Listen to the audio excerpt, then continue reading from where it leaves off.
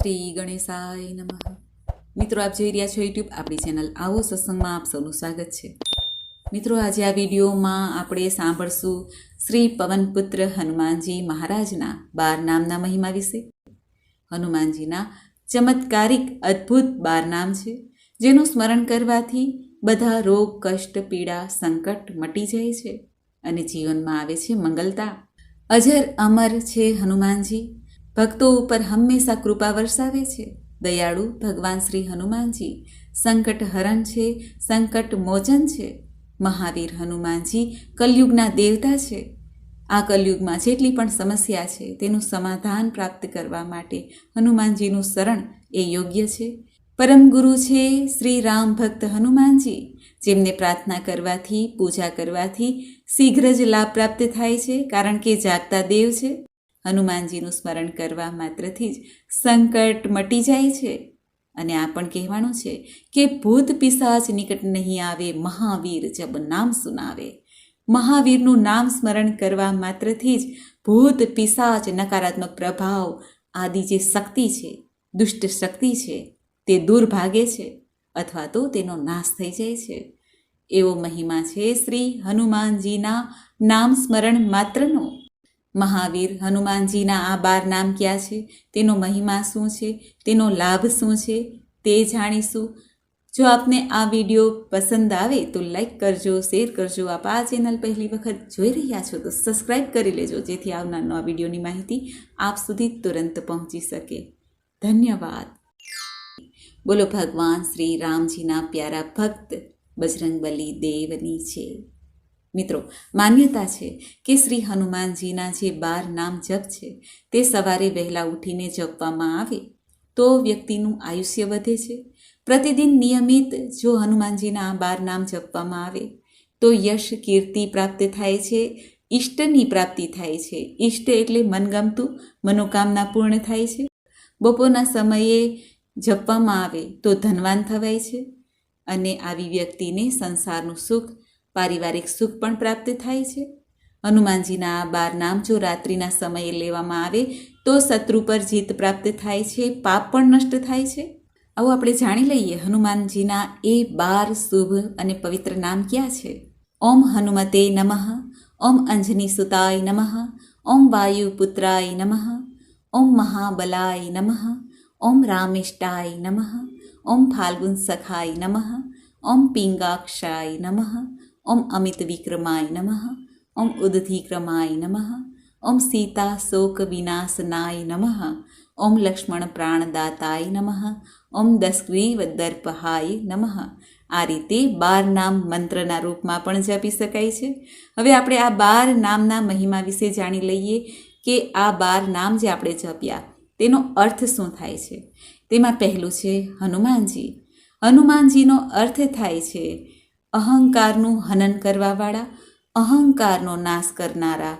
એટલે કે આપણી અંદર જે દુર્ગુણ છે, જે આપણને કષ્ટ આપી રહ્યા છે, એ અહમ છે, એ ઈગો છે. જો એ શાંત થઈ જાય, નાશ થઈ જાય તો આપણું જીવન રસ્તો છે તે ઘણો આસાન થઈ જાય. કારણ કે મનુષ્યને ડગલે ને પગલે પોતાના જ અવગુણ નડતા હોય છે. બહારના શત્રુ તો પછી નડે છે, પહેલાં અંદરના શત્રુ જ આપણા મન ઉપર, બુદ્ધિ ઉપર હાવી થાય છે. માટે હનુમાનજીનું આ નામ સ્મરણ, આ મંત્ર જપ કરવાથી શ્રી હનુમાન અથવા તો ઓમ હનુમતે નમઃ અથવા તો ઓમ હનુમાન, આ મંત્રનો જપ કરવા માત્રથી જ આપણી અંદર રહેલ દુર્ગુણ નાશ પામે છે અને ભગવાન શ્રી રામજી પ્રત્યે અનન્ય શ્રદ્ધા, પ્રેમ ઉપજે છે. કહેવાય છે કે ઇન્દ્રદેવનું વજ્ર હનુમાનજીના દાઢી ઉપર વાગ્યું છે. તેથી શ્રી હનુમાનજીને, કે જે દાઢીને આપણે હનુ કહીએ છીએ, એટલા માટે તેમનું નામ હનુમાન પડ્યું. પરંતુ હનુમાનજીનો આ નામ ઘણું પવિત્ર અને મંગલકારી છે. ત્યાર પછી હનુમાનજીનું બીજું નામ છે અંજની સુત. માતા અંજનીના પુત્ર કહેવાય એટલા માટે અંજની સુત કહેવાણા. માતાના નામ ઉપરથી શ્રી હનુમાનજીનું આ નામ ઘણું પવિત્ર છે. હનુમાનજીની સાથે સાથે તેમના માતાની પૂજા અર્ચના પણ થઈ જાય છે, નામ સ્મરણ થઈ જાય છે. જેમ કે આપણે પવનપુત્ર કહીએ છીએ, તેમાં પવનદેવનું નામ સ્મરણ થઈ જાય છે. આમ ઓટોમેટિક જ બંનેની આરાધના થઈ જાય છે. તે ખૂબ પવિત્ર છે. અંજની સુત માતા અંજનીના આશીર્વાદ પ્રાપ્ત થાય છે. ત્યાર પછી ત્રીજું નામ છે મહાબલ. મહાબલ શ્રી હનુમાનજી બળ બુદ્ધિના દાતા છે, મહાબલ છે, મહાપરાક્રમી છે. એટલા માટે હનુમાનજીનું આ નામ જો જપવામાં આવે તો કહેવાય છે કે શ્રી હનુમાનજીની કૃપાથી મોટામાં મોટી સમસ્યાથી નિજાત પ્રાપ્ત થાય છે. સંજીવની બુટી સમાન છે આ હનુમાનજીનું મહાબલ નામ.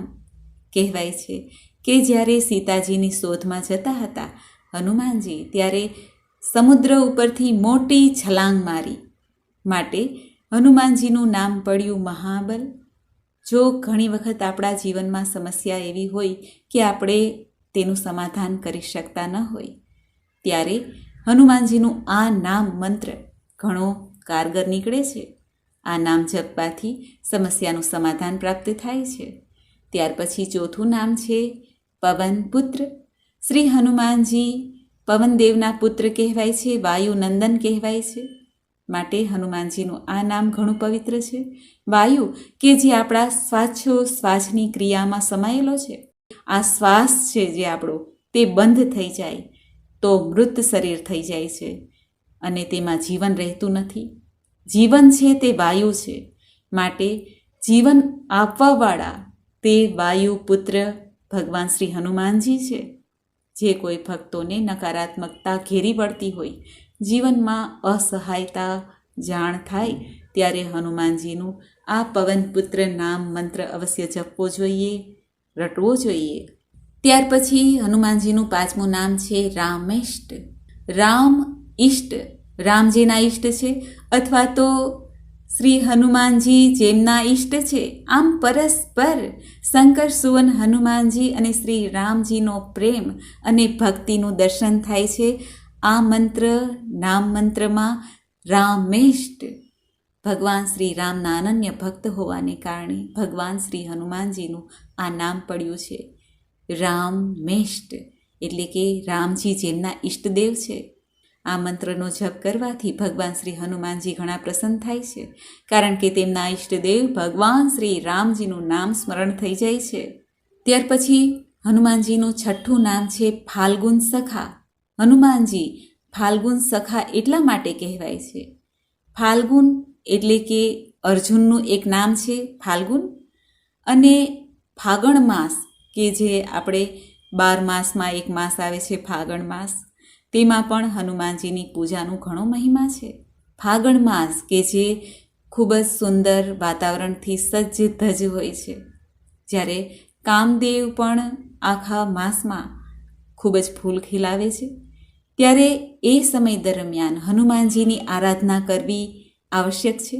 કારણ કે મન ચંચલ છે, મન જ્યાં ત્યાં ભટકે છે, ત્યારે આપણે આવા ગુલાબી વાતાવરણમાં હનુમાનજીની ભક્તિ કરીએ તો મર્યાદામાં જીવી શકીએ અને આપણાથી ભૂલ પણ ન થાય. માટે ધર્મના માર્ગ ઉપર ચાલવા માટે પણ ફાલ્ગુન સખા હનુમાનજીની પૂજા આરાધના કરવી જોઈએ. અને ફાલ્ગુન એ અર્જુનનું પણ નામ છે, કારણ કે જ્યારે ભગવાન શ્રી કૃષ્ણએ હનુમાનજીને આજ્ઞા આપી ત્યારે અર્જુનના રથ ઉપર શ્રી હનુમાનજી બિરાજમાન થયા અને અર્જુનના રથની રક્ષા કરી. એટલા માટે પણ શ્રી હનુમાનજીનું એક નામ છે ફાલ્ગુન સખા. આ નામનો જપ કરવો પણ ઘણો પવિત્ર છે. ત્યાર પછી હનુમાનજીનું સાતમું નામ છે પિંગાક્ષ. હનુમાનજીની આંખો ભૂરા રંગની છે, એટલા માટે હનુમાનજીનું એક નામ પિંગાક્ષ પડ્યું છે. હનુમાનજીનું આ નામ તેના રૂપનું દર્શન કરાવે છે. હનુમાનજીની આંખોમાં અમી વરસે છે. હનુમાનજી જે ભક્તો ઉપર દ્રષ્ટિ કરે તેનું કલ્યાણ અવશ્ય થઈ જાય છે, ચાહે તે વિભીષણ હોય, લંકા હોય કે લંકાધિપતિ રાવણ હોય, જેની ઉપર પણ શ્રી હનુમાનજીની દ્રષ્ટિ પડે તેનું કલ્યાણ અવશ્ય થાય છે. એમાં કોઈ સંદેહ નથી. તે શ્રી રામજીના ચરણોમાં ભગવાન શ્રી હનુમાનજી મહાગુરુ છે. તેમની દ્રષ્ટિ જે ભક્તો ઉપર પડે છે, જે વસ્તુ ઉપર પડે છે, તે રામમય બની જાય છે. માટે હનુમાનજીનું આ પિંગાક્ષ નામ પણ સાર્થક થાય છે. ત્યાર પછી હનુમાનજીનું આઠમું નામ છે અમિત વિક્રમ.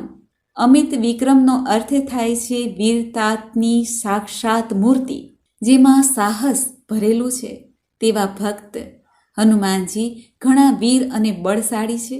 માટે હનુમાનજીનું એક નામ અમિત વિક્રમ છે. વીરતાથી હનુમાનજીએ ભગવાન શ્રી રામજીના આશીર્વાદથી લંકા સુધી પહોંચીને સીતાજીની ભાળ મેળવી. હનુમાનજીમાં અતુલનીય બળ છે, માટે હનુમાનજીનું એક નામ અમિત વિક્રમ છે. હનુમાનજીનું 9મું નામ છે ઉદ્ધતિક્રમણ. ઉદ્ધતિ એટલે કે સમુદ્રને પાર કરવાવાળા, લાંઘવાવાળા. ઉદ્ધતિક્રમણ એટલે કે એક જ છલાંગમાં જેમણે સમુદ્રને પાર કરીને લંકા સુધી પહોંચી ગયા અને સીતા માતાને ગોતી પણ લીધા. જે કોઈનું સામર્થ્ય નહોતું તે શ્રી હનુમાનજીએ કરી બતાવ્યું. માટે હનુમાનજીનું આ બળ અને પરાક્રમથી યુક્ત નામ છે ઉદ્ધતિક્રમણ. ભગવાન શ્રી હનુમાનજીની કૃપા પ્રાપ્ત કરનાર ભક્તો આ નામ મંત્ર અવશ્ય જપે, જેથી તેમની પણ દરેક સમસ્યાનું સમાધાન શ્રી હનુમાનજી કરે છે. ત્યાર પછી હનુમાનજીનું 10મું નામ છે સીતા શોક વિનાશન. ભગવાન શ્રી હનુમાનજીએ લંકામાં જઈને સીતાજીના શોકનું હરણ કર્યું, માટે હનુમાનજીનું આ નામ પડ્યું સીતા શોક વિનાશન. શ્રી રામજીનો સંદેશો પહોંચાડ્યો અને સીતાજીનું શોક દૂર કર્યો. હનુમાનજીનું આ નામ સાર્થક છે. માતા સીતા સાથે હનુમાનજીનું નામનું સ્મરણ કરવા માત્રથી સર્વે શોક કષ્ટ બાધા મટે છે. ત્યાર પછી હનુમાનજીનું 11મું નામ છે લક્ષ્મણ પ્રાણદાતા.